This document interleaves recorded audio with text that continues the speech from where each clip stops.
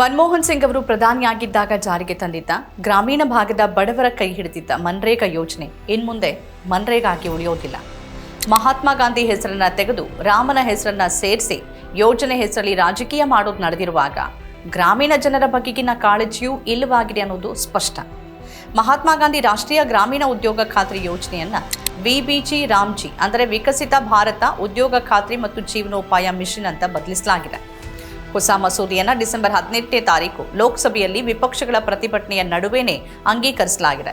ಸ್ಥಾಯಿ ಸಮಿತಿಗೆ ಕಳಿಸಬೇಕು ಅನ್ನೋ ವಿಪಕ್ಷಗಳ ಮನವಿಯನ್ನ ತಿರಸ್ಕರಿಸಲಾಗಿದೆ. ಈ ದೇಶದಲ್ಲಿ ಗ್ರಾಮೀಣ ಬಡವರು ಮತ್ತು ಮಹಿಳೆಯರ ಬದುಕನ್ನೇ ಬದಲಿಸುವಲ್ಲಿ ಮಹತ್ತರ ಪಾತ್ರ ವಹಿಸಿದ್ದ ಬಹುದೊಡ್ಡ ಭರವಸೆಯಾಗಿದ್ದ ಈ ಯೋಜನೆ ಬಗ್ಗೆ ಮೋದಿ ಮೊದಲಿಂದಲೂ ಅಸಹನೆಯನ್ನು ತೋರಿಸ್ತಾನೆ ಬಂದರು. ಅದನ್ನ ಕಾಂಗ್ರೆಸ್ನ ವೈಫಲ್ಯಗಳ ಜೀವಂತ ಸ್ಮಾರಕ ಅಂತ ಜರೆದಿದ್ರು. ಈಗ ಯೋಜನೆಯ ಆತ್ಮದಂತಿದ್ದ ಕಾಳಜಿಗಳನ್ನೇ ಕಿತ್ ಹಾಕಿ ಅದರ ಹೆಸರನ್ನೂ ಬದಲಿಸಿ ಗಾಂಧಿಯ ಬಗೆಗಿನ ಅಸಹನೆಯನ್ನೂ ಬಹಿರಂಗವಾಗಿಯೇ ತೋರಿಸಿದ್ದಾರೆ. ಈ ಯೋಜನೆ ಮೊದಲಿನ ಯಾವುದೇ ಆಶಯಗಳೊಂದಿಗೆ ಉಳಿಯೋದಿಲ್ಲ ಅಂತ ಪರಿಣಿತರು ಕಳವಳ ವ್ಯಕ್ತಪಡಿಸಿದ್ದಾರೆ. ವಿಪಕ್ಷಗಳು ಆಕ್ರೋಶ ಹೊರಹಾಕ್ತಿವೆ. ಈ 20 ವರ್ಷಗಳಲ್ಲಿ ಮೋದಿ ಕಾಲದ ದಶಕವೆಲ್ಲ ಮನ್ರೇಗಾ ಪಾಲಿನ ಅಸಹನೆಯಾಗಿಯೇ ಕುದಿತಾ ಇತ್ತು. ಈಗ ಯೋಜನೆಯೇ ಬೇರೆ ರೂಪದಲ್ಲಿ ಬರ್ತಾ ಇದೆ. ಮನಮೋಹನ್ ಸಿಂಗ್ ತಂದಿದ್ದ ಮನ್ರೇಗಾ ಉದ್ದೇಶ ಏನಿತ್ತು, ಮೋದಿ ಕಾಲದಲ್ಲಿ ಅದರ ಕತೆ ಏನಾಯಿತು, ಅದರ ಬಗೆಗಿನ ಅಸಹನೆ ನಡುವೆನೇ ಕೋವಿಡ್ ಕಾಲದಲ್ಲಿ ಅದೇ ಯೋಜನೆನೇ ಹೇಗೆ ಗ್ರಾಮೀಣ ಆರ್ಥಿಕತೆಗೆ ಆಸರೆ ಆಯಿತು ಮತ್ತು ಈಗ ನಿಜವಾಗಿಯೂ ಆ ಯೋಜನೆ ಹೇಗೆ ಬದಲಾಗಿದೆ ಅನ್ನೋದನ್ನು ನೋಡ್ತಾ ಹೋದರೆ ಬಡವರ ಪಾಲಿಗೆ ಈ ಸರ್ಕಾರ ಹೇಗೆ ಕಟುವಾಗ್ತಿದೆ ಮತ್ತು ಫ್ಯೂಡಲ್ ವ್ಯವಸ್ಥೆಗೆ ಹೇಗೆ ಪೂರಕವಾಗ್ತಿದೆ ಅನ್ನೋ ಚಿತ್ರ ಕೂಡ ನಮ್ಮ ಕಣ್ಮುಂದೆ ಬರುತ್ತೆ. ಇದನ್ನು ವಿವರವಾಗಿ ನೋಡೋಣ. ನಮಸ್ಕಾರ, ಇದು ಅವಲೋಕನ ಕಾರ್ಯಕ್ರಮ.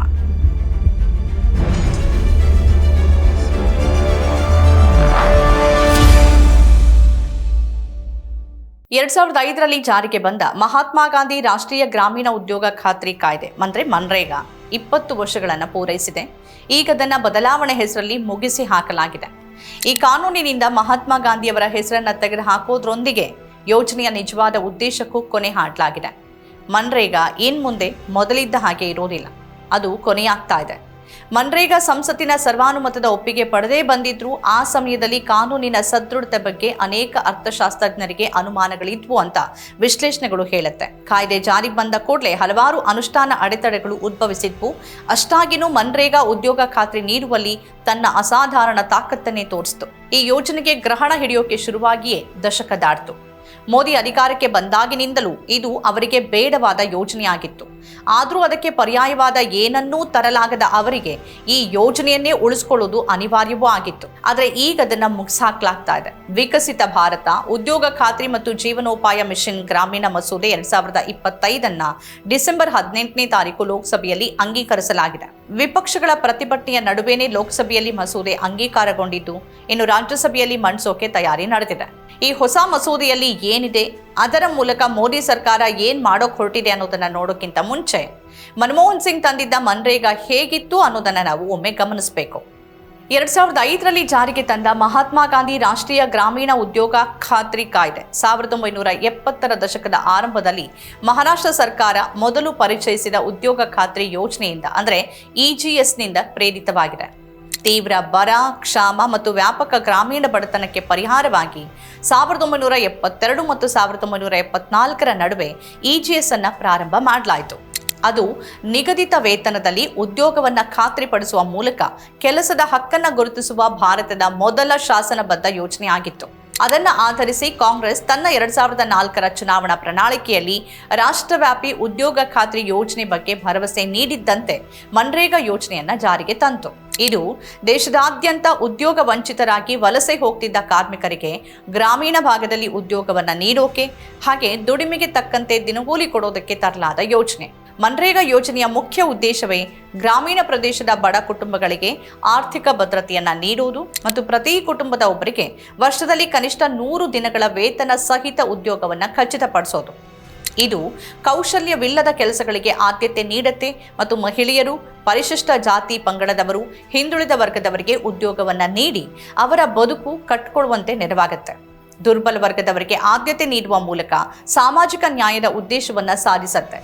ಕೃಷಿ, ನೀರಾವರಿ, ರಸ್ತೆ ನಿರ್ಮಾಣ ಮುಂತಾದ ಕೆಲಸಗಳ ಮೂಲಕ ಗ್ರಾಮೀಣ ಸಂಪನ್ಮೂಲಗಳನ್ನು ಬಲಪಡಿಸುತ್ತೆ. ಯೋಜನೆಯ ಅನುಷ್ಠಾನದಲ್ಲಿ ಗ್ರಾಮ ಪಂಚಾಯಿತಿಗಳ ಪಾತ್ರ ಪ್ರಮುಖವಾಗಿರ್ತಾ ಇತ್ತು.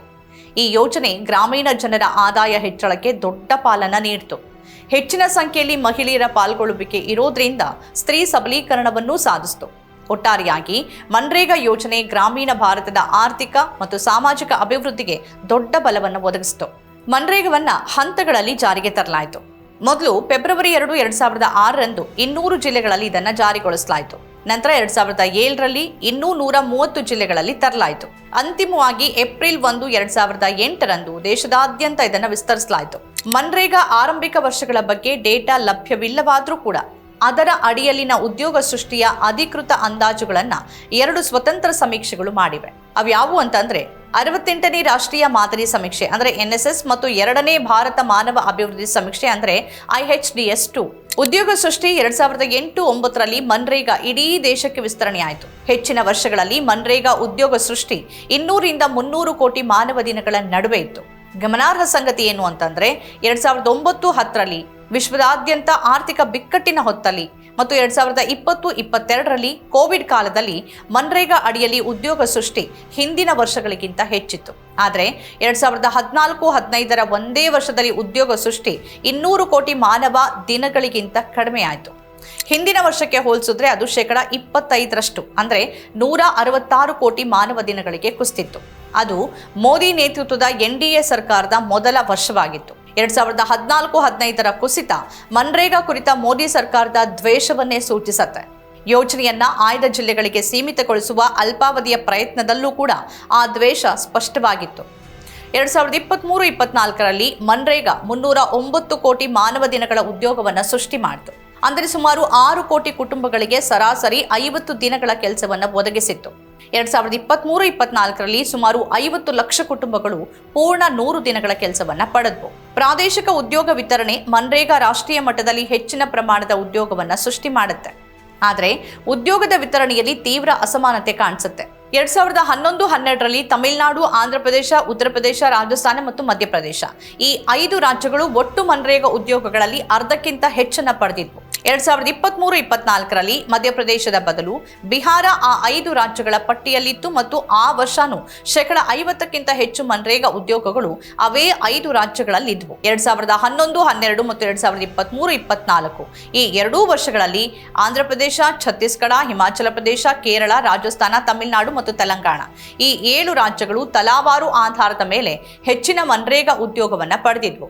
ಈ ರಾಜ್ಯಗಳು ಮನ್ರೇಗಾ ಅನುಷ್ಠಾನಕ್ಕೆ ಹೆಸರುವಾಸಿ ಆಗಿದ್ರೂ ಕೂಡ 2023-24ರಲ್ಲಿ ಅತ್ಯಧಿಕ ಮಟ್ಟದ ಮನ್ರೇಗಾ ಉದ್ಯೋಗಗಳು ಕೆಲವು ಸಣ್ಣ ಈಶಾನ್ಯ ರಾಜ್ಯಗಳು ಮತ್ತು ಲಡಾಖ್ನಲ್ಲಿ ಕಂಡಿವೆ.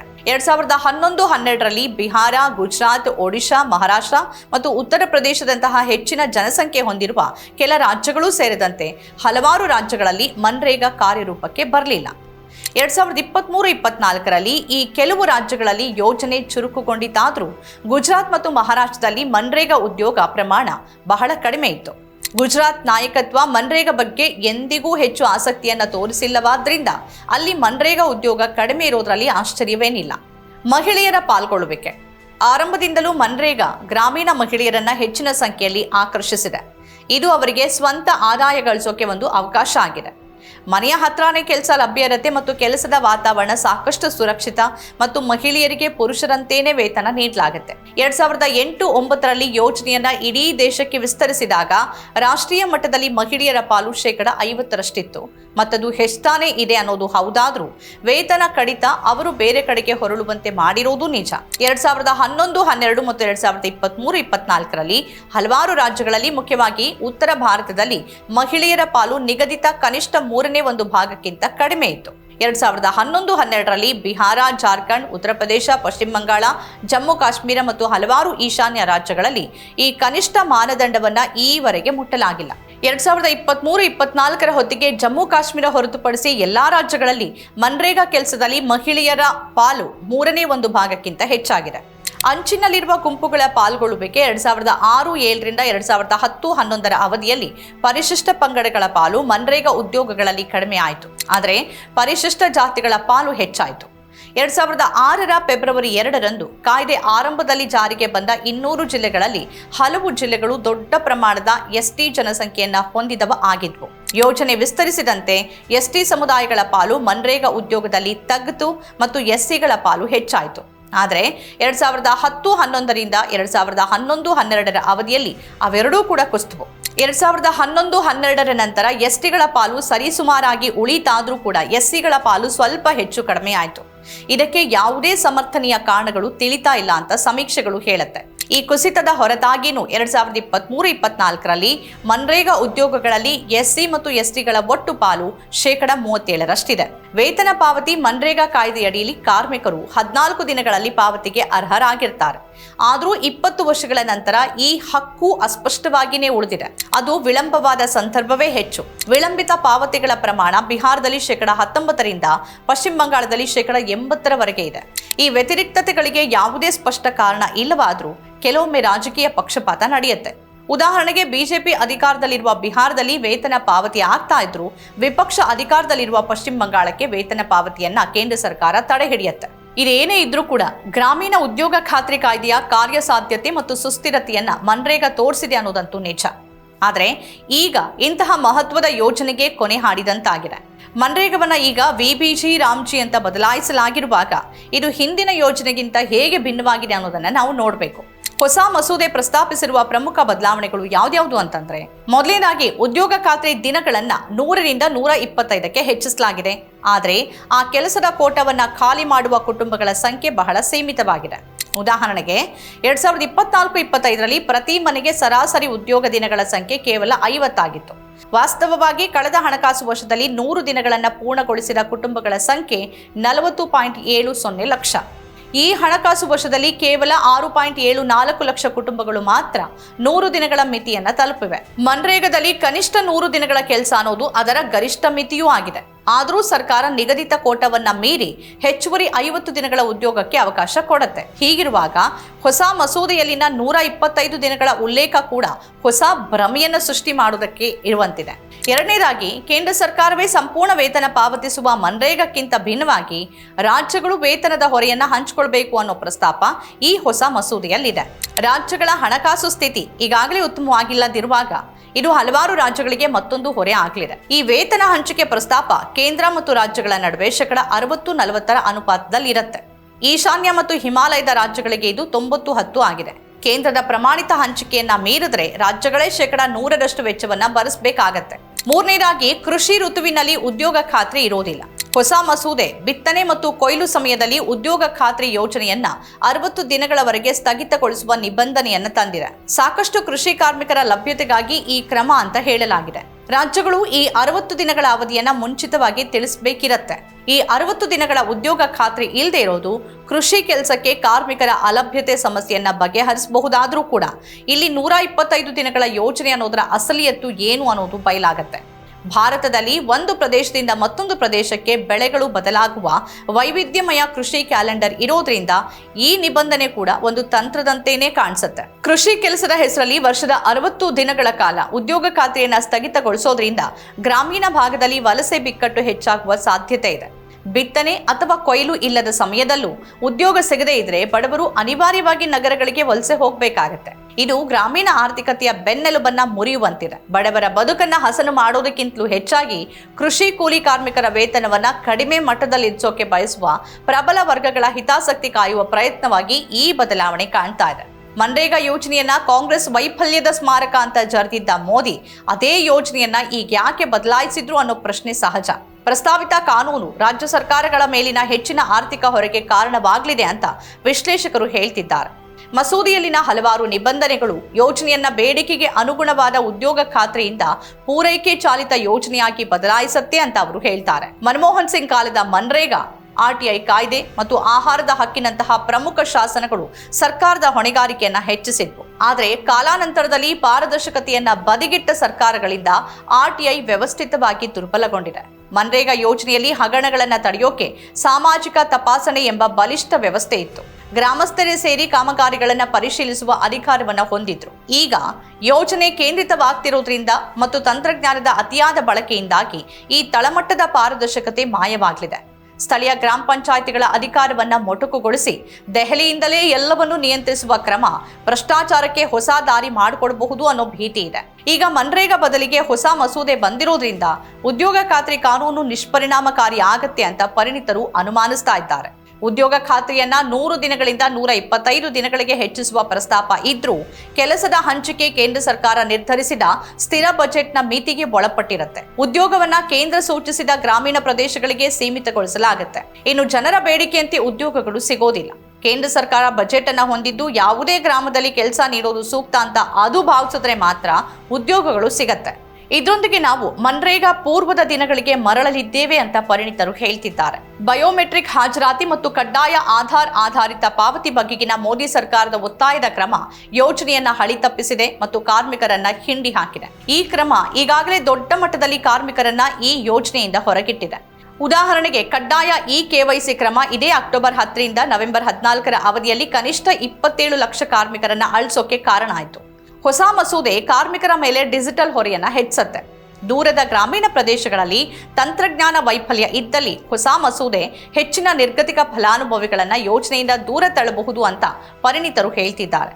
ಈಗಿನ ಕ್ರಮ ಈ ಯೋಜನೆಯನ್ನ ಬೇಡಿಕೆ ಚಾಲಿತ ಯೋಜನೆಯಾಗಿ ಬದಲಾಯಿಸೋದ್ರಿಂದ ಮನ್ರೇಗಾದ ಉದ್ದೇಶವನ್ನ ತೆಗೆದುಹಾಕುತ್ತೆ. ಇಲ್ಲಿ ಮಹಾತ್ಮ ಗಾಂಧಿ ಅವರ ಹೆಸರು ತೆಗೆಯುವ ಮೂಲಕ ಬಿಜೆಪಿ ತನ್ನ ಸೈದ್ಧಾಂತಿಕ ಉದ್ದೇಶ ಸಾಧಿಸೋಕೆ ಬಯಸೋದ್ರ ಜೊತೆಗೆ ಇನ್ನು ಮುಂದೆ ಉದ್ಯೋಗವನ್ನ ಕಾನೂನುಬದ್ಧ ಹಕ್ಕಾಗಿ ಖಾತ್ರಿಪಡಿಸೋದಿಲ್ಲ. ಮನ್ರೇಗಾ ಅತ್ಯಂತ ಜನಪ್ರಿಯ ಯೋಜನೆಯಾಗಿದೆ ಮತ್ತು ಲಕ್ಷಾಂತರ ಜನರ ಜೀವನವನ್ನೇ ಬದಲಾಯಿಸಿದೆ. ಆದರೆ ಈ ಯೋಜನೆ ಈಗಿರುವ ಸ್ವರೂಪದಲ್ಲಿ ಮುಂದುವರಿಯೋದು RSSಗೆ ಮೋದಿ ಸರ್ಕಾರಕ್ಕೆ ಇಷ್ಟ ಇಲ್ಲ. ಆದರೆ ಈ ಹಠದಲ್ಲಿ ಮೋದಿ ಸರ್ಕಾರ ಈ ಯೋಜನೆಯ ಮಹತ್ವವನ್ನೇ ಮರೆತಿದೆ. ಅರ್ಥಶಾಸ್ತ್ರಜ್ಞ ಜೀನ್ ಡ್ರೆಸ್ ಮನ್ರೇಗಾ ಸಾಮಾನ್ಯವಾಗಿ ವಾರ್ಷಿಕ 200ರಿಂದ 300 ಕೋಟಿ ಮಾನವ ದಿನಗಳ ಉದ್ಯೋಗ ಸೃಷ್ಟಿ ಮಾಡುವುದನ್ನ ಬಹಳ ಮಹತ್ವದ್ದು ಅಂತ ಗಮನಿಸ್ತಾರೆ. ಅದರಲ್ಲೂ 2 ಪ್ರಮುಖ ಬಿಕ್ಕಟ್ಟುಗಳ ಸಮಯದಲ್ಲಿ ಅಂದ್ರೆ 2009-10ರಲ್ಲಿ ಜಾಗತಿಕ ಆರ್ಥಿಕ ಬಿಕ್ಕಟ್ಟಿನ ನಂತರ ಮತ್ತು 2020-22ರಲ್ಲಿ ಕೋವಿಡ್ ಸಮಯದಲ್ಲಿ ಉದ್ಯೋಗಗಳು ಹೆಚ್ಚಿದ್ದೇ ಮನ್ರೇಗಾದಿಂದ ಅನ್ನೋದನ್ನ ಡ್ರೆಸ್ ಅವರು ತಪ್ಪದೇ ಉಲ್ಲೇಖಿಸ್ತಾರೆ. ಈಗ ಅದನ್ನ ಪರಿಷ್ಕರಿಸುವ ನೆಪದಲ್ಲಿ ಸರ್ಕಾರ ಪೂರ್ತಿ ನಾಶ ಮಾಡ್ತಿದೆ ಅಂತ ಜೀನ್ ಡ್ರಿಸ್ ಹೇಳ್ತಾರೆ. ಮನ್ರೇಗಾ ಯೋಜನೆಯ ಅತಿದೊಡ್ಡ ಶಕ್ತಿ ಅಂತಂದ್ರೆ ಅದು ಬೇಡಿಕೆ ಆಧಾರಿತ ಯೋಜನೆಯಾಗಿತ್ತು. ಆದರೆ ಒಬ್ಬ ಕಾರ್ಮಿಕ ಕೆಲಸ ಕೇಳಿದ್ರೆ ಸರ್ಕಾರ ಕೆಲಸ ಕೊಡ್ಲೇಬೇಕಿತ್ತು, ಇಲ್ಲವಾದ್ರೆ ನಿರುದ್ಯೋಗ ಭತ್ಯೆಯನ್ನ ನೀಡಬೇಕಿತ್ತು. ಇದು ನಾಗರಿಕನ ಕೆಲಸದ ಹಕ್ಕಾಗಿತ್ತು. ಆದರೆ ಹೊಸ ಮಸೂದೆ ಇದನ್ನ ಬಜೆಟ್ ಆಧಾರಿತ ಯೋಜನೆಯನ್ನಾಗಿ ಬದಲಾಯಿಸ್ತಾ ಇದೆ. ಇದರರ್ಥ ಕೇಂದ್ರ ಸರ್ಕಾರ ನಿಗದಿಪಡಿಸಿದ ಹಣ ಮುಗಿದು ಹೋದ್ರೆ ಕಾರ್ಮಿಕರು ಕೆಲಸ ಕೇಳಿದ್ರೂ ಸರ್ಕಾರ ನೀಡುವ ಕಾನೂನಾತ್ಮಕ ಬಾಧ್ಯತೆ ಇರೋದಿಲ್ಲ. ಇದು ಬಡವರ ಪಾಲಿಗೆ ಅತ್ಯಂತ ಅಪಾಯಕಾರಿ ಬೆಳವಣಿಗೆ. ಗುಜರಾತ್ ಮೂಲದ ಕಾರ್ಮಿಕ ಮತ್ತು ಉದ್ಯೋಗದ ಸಂಶೋಧಕಿ ಸುಧಾ ಮೆನನ್ ಮನ್ರೇಗಾ ಗ್ರಾಮೀಣ ವೇತನ ರಚನೆಯನ್ನ ಮೂಲಭೂತವಾಗಿ ಬದಲಾಯಿಸಿದೆ ಅಂತ ವಾದಿಸ್ತಾರೆ. ಈ ಯೋಜನೆ ಕೌಶಲ್ಯ ರಹಿತ ಕಾರ್ಮಿಕರಿಗೆ ಹೆಚ್ಚು ವೇತನ ಸಿಗೋಕೆ ಕಾರಣವಾಗಿದೆ. ದೊಡ್ಡ ಭೂಮಾಲೀಕರು ಕಾರ್ಮಿಕರ ಕೊರತೆಯಾಗಿರುವ ಬಗ್ಗೆ ಮತ್ತು ಕಾರ್ಮಿಕರಿಗೆ ಹೆಚ್ಚಿನ ವೇತನ ನೀಡುವ ಅನಿವಾರ್ಯತೆ ಬಂದಿದೆ ಅಂತ ಪದೇ ಪದೇ ದೂರುವುದರ ಬಗ್ಗೆನೂ ಸುಧಾ ಮೆನನ್ ಪ್ರಸ್ತಾಪಿಸಿದ್ದಾರೆ. ಅವರ ಪ್ರಕಾರ ಕಾಯ್ದೆಯ ಪ್ರಸ್ತಾವಿತ ಬದಲಾವಣೆ ಪ್ರಬಲ ಭೂಮಾಲೀಕ ವರ್ಗಗಳ ಪರವಾಗಿ ಸರ್ಕಾರದ ನೀತಿಯನ್ನು ರೂಪಿಸುವ ಪ್ರಯತ್ನ ಆಗಿದೆ. ಸರ್ಕಾರ ಹಕ್ಕು ಆಧಾರಿತ ಖಾತ್ರಿ ಕಾನೂನಿನ ಆತ್ಮವನ್ನ ತೆಗೆದುಹಾಕಿ ರಾಜ್ಯ ಸರ್ಕಾರಗಳು ಮತ್ತು ಕಾರ್ಮಿಕರ ವಿರುದ್ಧ ಸಿದ್ಧಪಡಿಸಲಾದ ಷರತ್ತುಬದ್ಧ ಕೇಂದ್ರ ನಿಯಂತ್ರಿತ ಯೋಜನೆಯನ್ನ ಜಾರಿಗೆ ತರ್ತಿದೆ ಅಂತ CPIM ರಾಜ್ಯಸಭಾ ಸದಸ್ಯ ಜಾನ್ ಬ್ರಿಟಾಸ್ ಹೇಳಿದ್ದಾರೆ. ಇದು ಕಾರ್ಮಿಕರ ಮೇಲೆ ಹೆಚ್ಚಿನ ಹೊರೆಯನ್ನ ಹೊರಿಸತ್ತೇ ಹೊರತು ನರೇಗಾ ಯೋಜನೆಯನ್ನು ಸುಧಾರಿಸೋದಿಲ್ಲ. ಆರ್ಥಿಕ, ಸಾಂಸ್ಥಿಕ ಮತ್ತು ನೈತಿಕವಾಗಿ ನರೇಗಾ ಯೋಜನೆಯನ್ನ ಹಾಳು ಮಾಡುತ್ತೆ. ರಾಮ್ ಹೆಸರಲ್ಲಿ ರಾಜ್ಯಗಳು ಮತ್ತು ಬಡವರನ್ನ ದಂಡಿಸಲಾಗ್ತಾ ಇದೆ. ಹಕ್ಕು ಅಧಿಕಾರವನ್ನ ಕಸಿದುಕೊಳ್ಳಲಾಗ್ತಿದೆ. ಆರ್ಥಿಕ ಹೊರೆಯನ್ನ ರಾಜ್ಯಗಳ ಮೇಲೆ ಹೊರಿಸಿ ಜವಾಬ್ದಾರಿಯಿಂದ ನುಣುಚಿಕೊಳ್ಳಲಾಗ್ತಿದೆ ಅಂತ ಜಾನ್ ಬ್ರಿಟಾಸ್ ಹೇಳಿದ್ದಾರೆ. ಇನ್ನು ಕರ್ನಾಟಕದ ವಿಚಾರವನ್ನ ಕೊಂಚ ಗಮನಿಸೋಕೆ ಗ್ರಾಮೀಣಾಭಿವೃದ್ಧಿ ಮತ್ತು ಪಂಚಾಯತ್ ರಾಜ್ ಸಚಿವ ಪ್ರಿಯಾಂಕ್ ಖರ್ಗೆ ಹೇಳಿರೋದನ್ನ ನೋಡಬೇಕು. ಕಳೆದ 3 ವರ್ಷದಲ್ಲಿ ಮೋದಿ ಸರ್ಕಾರ ಈ ಯೋಜನೆಯಡಿ ಕರ್ನಾಟಕಕ್ಕೆ ನೀಡಲಾಗ್ತಿದ್ದ 5 ಕೋಟಿ ಮಾನವ ದಿನಗಳನ್ನು ಕಡಿತಗೊಳಿಸಿ ರಾಜ್ಯಕ್ಕೆ ಅನ್ಯಾಯ ಮಾಡ್ತಿದೆ ಅಂತ ಪ್ರಿಯಾಂಕ್ ಖರ್ಗೆ ಆಕ್ಷೇಪಿಸಿದ್ದಾರೆ.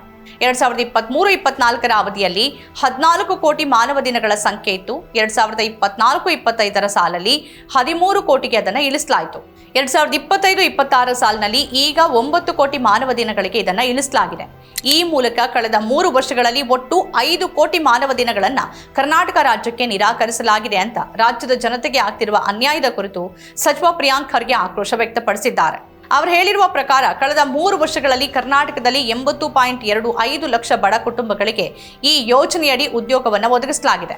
ಈ ಪೈಕಿ 25.63 ಲಕ್ಷ ಪರಿಶಿಷ್ಟ ಜಾತಿಗೆ ಸೇರಿದ ಕುಟುಂಬಗಳಿದ್ದು 9.48 ಲಕ್ಷ ಪರಿಶಿಷ್ಟ ಪಂಗಡಕ್ಕೆ ಸೇರಿದ ಕುಟುಂಬಗಳು ಈ ಯೋಜನೆಯ ಫಲಾನುಭವಿಗಳಾಗಿವೆ.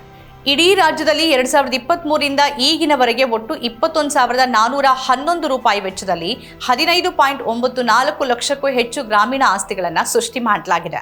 ಇದು ಈ ವಾರದ ಅವಲೋಕನ. ಈ ರೀತಿಯ ಬೇರೆ ಬೇರೆ ವಿಶೇಷ ಕಾರ್ಯಕ್ರಮಗಳನ್ನು ತಾವು ನೋಡಬೇಕು ಅಂತಂದ್ರೆ ನಮ್ಮ ಚಾನೆಲ್ ಅನ್ನು ಸಬ್ಸ್ಕ್ರೈಬ್ ಮಾಡಿ. ನಮಸ್ಕಾರ.